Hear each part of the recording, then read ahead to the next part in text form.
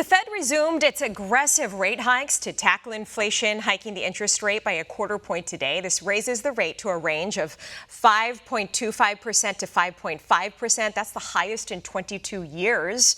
Matthew Johnson, president and owner of Johnson Wealth and Income Management, joins me now. Matthew, good to have you. Thanks for being here. Hey, thanks for having me on again.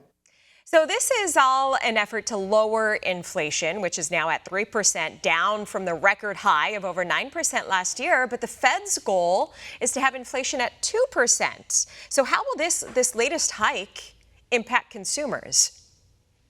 Well, I think it's a bit of a shell game. The concern that I have is with regards to the dogma. They seem to be so focused on this goal of 2%.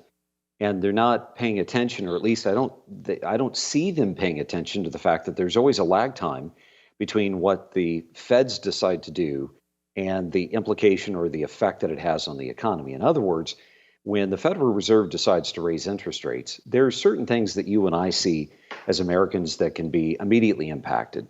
We can have an immediate response in the stock market, that sort of thing. But we understand that it takes a while for those things to trickle down into the basic economy. And what we're seeing is that the basic economy is slowing down. Things are getting better. And I think that the Federal Reserve is just hammering another nail into the coffin by saying, okay, we're not going to relent. We're going to continue to raise these rates. And I'm afraid that that's taking us closer and closer to that proverbial cliff that we all are afraid of as Americans. Yeah, well, total household debt stands at more than $17 trillion, with delinquency rising for most debt types. That's according to the New York Federal Reserve. And polls show most Americans do not approve of the president's handling of the economy, but the president says that he's doing great and he's touting Bidenomics. What's your take on the disconnect between how Americans are feeling and what the White House is saying? Well, we know that there is always a very big disconnect, don't we? And of course, the president is going to say that everything that he's doing is in, the effort of the average American, and he feels that he's doing great, wonderful.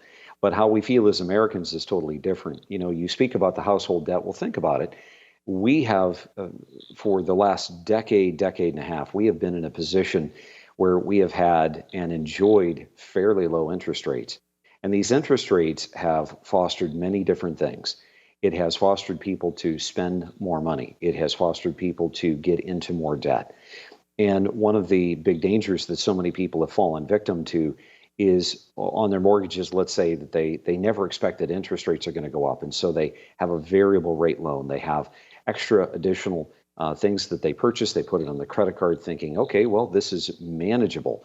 And now all of a sudden with the Federal Reserve raising interest rates, and it seems as though with the current administration behind the Federal Reserve clapping their hands, applauding them for what they're doing in the initiative to bring the grand scheme of the economic inflation down and all those various different things, saying, see there, American, we've brought the price of your eggs down. We've brought the average price of this, that, and the other down.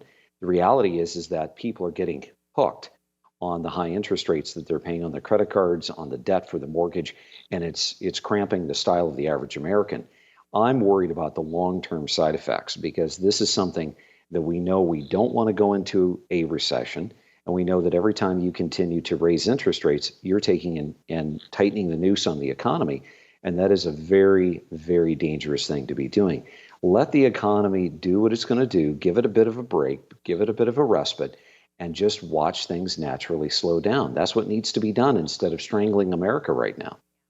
Always great insight. Matthew Johnson, president and owner of Johnson Wealth and Income Management. Appreciate your time today, as always. Thank you.